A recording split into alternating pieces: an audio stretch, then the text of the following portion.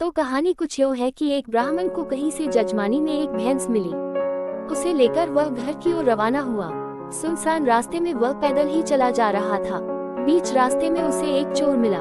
उसके हाथ में मोटा डंडा था और शरीर से भी वो अच्छा तगड़ा था। उसने ब्राह्मण को देखते ही कहा, क्यों ब्राह्मण देवता, खूब दक्षिणा मिली लगती है, पर यह भैंस तो मेरे साथ जाएगी। ब्राह्मण ने झट कहा, क्यों भाई? चोर बोला, क्यों क्या, जो कह दिया सो करो। भैंस छोड़कर चुपचाप यहाँ से चलते बनो, वरना लाठी देखी है, तुम्हारी खोपड़ी के टुकड़े टुकड़े कर दूंगा। अब तो ब्राह्मण का गला सूख गया। हालांकि शारीरिक बल में वह चोर से कम नहीं था, पर खाली हाथ वह करे भी तो क्या करे। विपरीत समय में बुद्धिबल काम आया। ब्राह्मण बोला, ठीक है भाई, भैंस भले ही ले लो, पर ब्राह्मण की चीजें छीन लेने से तुम्हें पाप लगेगा। बदले में कुछ देकर भैंस लेते तो पाप से बच जाते।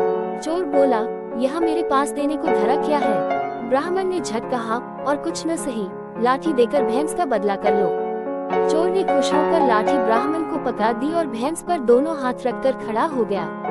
तभी ब्राह्मण कड़क कर बोला, चल हट भैंस के पास से, नहीं तो अभी खोपड़ी दो होती है। चोर ने पूछा, क्यों? ब्राह्मण बोला, क्यों क्या, जिसकी लाठी उसकी भैंस।